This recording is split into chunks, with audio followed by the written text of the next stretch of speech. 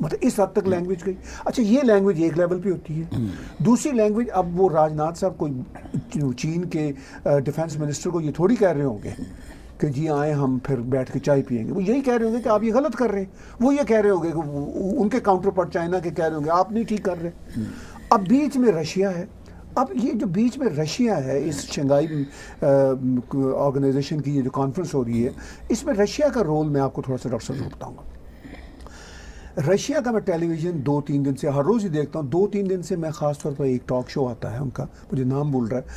اس talk show میں وہ مکمل طور پر امریکہ کے لٹے لے رہے ہیں. یعنی رشین اسٹیٹ ٹی وی جو ہے وہ کہہ رہا ہے کہ جی امریکہ تو بہت ہی گھٹیا اور چین بہت بڑھیا کنٹری ہے.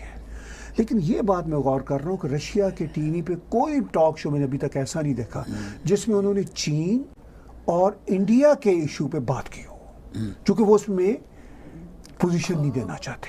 وہ آپ کہتے ہیں آپس میں ٹھیک ہے, صرف آپس میں بھی نہیں ہے. اور میرا یہ بھی کہنا ہے اور ماننا ہے, آپ بھی سمجھتے ہیں اس بات کو, کہ رشیا انڈیا کے خلاف بھی نہیں جائے گا, کسی صورت نہیں جا سکتا. 2-3 وجہ ہیں. ایک تو انڈیا ان سے اسلحہ کافی لیتا ہے, تو اپنے ہی باہر کو آپ کیسے برا بھلا کہیں گے. دوسرا, پرانے ریلیشن شپ بہت ہیں. بھارت کے رشیا کے پرانے ریلیشن شپ بہت ہیں اور وہ اچھے ہیں. تو اس لیے اب رشیا کا یہ رول سامنے آ رہا ہے میڈیا میں کہ رشیا کوشش کر رہا ہے کہ کسی طرح سے چائنا اور بھارت میں وہ جو ہیٹ ہے وہ کم ہو. ڈپارٹمنٹ آف ڈیفینس یو ایس نے جی ایک رپورٹ پیش کیا یو ایس کانگریس کو. اس رپورٹ میں انہوں نے بڑا کلیئرلی کہا ہے چائنا کے بارے میں. میں ایگزیکٹلی آپ کو بتاتا ہوں انہوں نے کیا کہا. جی آپ اس کے بارے میں ضرور, کیونکہ یہ بڑا خطرناک کہا. ہاں یہ میں نے پڑھا. ہاں جی, انہوں نے کہا کہ China is developing electronic warfare capabilities such as satellite jammers, offensive cyber capabilities and directed energy weapons. ٹھیک ہے. امریکنز کی یہ رپورٹ ابھی ریسنٹلی اسی ویک آئی ہے. ٹھیک ہے, یہ امریکن کی مہربانی ہے نا کہ انہوں نے چائنا کو اتنی کھلی چھوٹ دی ہوئی تھی کہ ساری ٹیکنالوجی جاسوسی کے ذریعے امریکہ سے چوری ہو کے ادھر جاتی رہی. اب انہوں نے روکنا شروع کیا.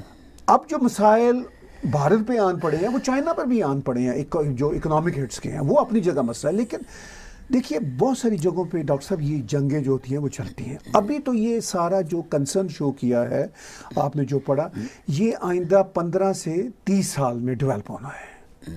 ابھی ان کے پاس ہے بھارت سے زیادہ کیپیبلٹیز ہیں, یہ تو خیر بھارت بھی مانتا ہے.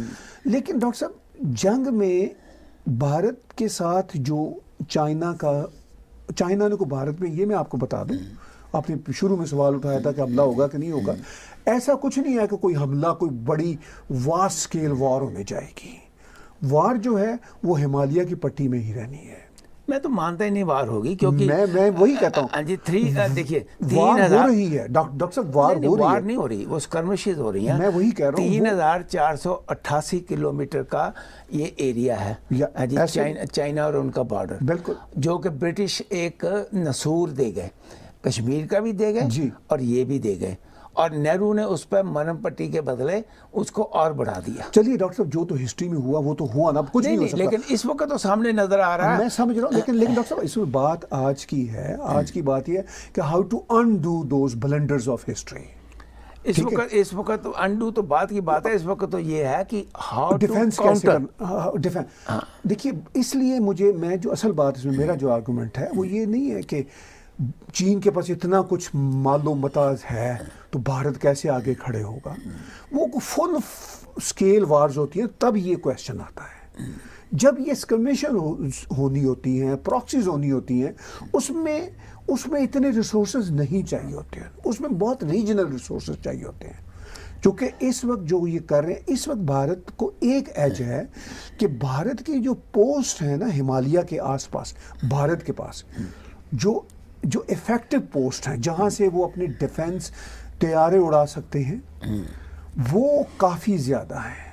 وہ ہریانہ سے لے کے مجھے ایک بھارت کے, میں نے ایک انٹرویو کیا تھا بھارت کے ایک بڑے ہی نیوٹرل ملٹری اینالسٹ کا, سنجے ڈکسٹ جی کا, اور انہوں نے مجھے اسٹیٹسٹکس سے یہ بات سمجھائی تھی ایکسپرٹس کہ بھئی جیسے سری نگر کا ایئرپورٹ ہے وہ کوئی دور نہیں ہے, ٹھیک ہے, اور اب وہ کہتے ہیں کہ اتنا کہ ہمارے پاس انفراسٹرکچر موجود ہے کہ ہم چائنیز انفراسٹرکچر کو کمپیٹ کر سکتے ہیں. کہ جب چائنا اور انڈیا کے کانفلکٹ کی بات ہوگی تو وہ جو آپ نے وہ جو ایک ہزاروں میل بارڈر ہے اس کی بات کی, اس میں کہاں کہاں پہ بھارت ان کو اگر کوئی کانفلکٹ آتا ہے کیسے ان کو کاؤنٹر کر سکتا ہے.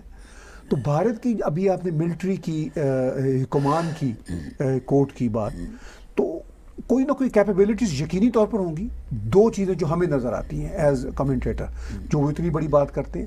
سیکنڈلی جو چین اتنا آگے بڑھ کے نہیں کر رہا, تو اس میں بھی ایک یہ بات ضرور بتاتی ہے کہ ان کو بھی مسلز بھارت کے نظر ضرور آ رہے ہیں. اور دنیا کے کانفلکٹس جو ہیں وہ تو چھوٹے چھوٹے غریب کنٹریوں کو سفر کرنے پڑتے ہیں. بھارت تو پھر ایک بہرحال one of the biggest economies of the world ہے, تو وہ اتنا تو پھر بھارت کو کرنا ہی ہوگا نا اپنی نیشنل سیکورٹی کے لیے.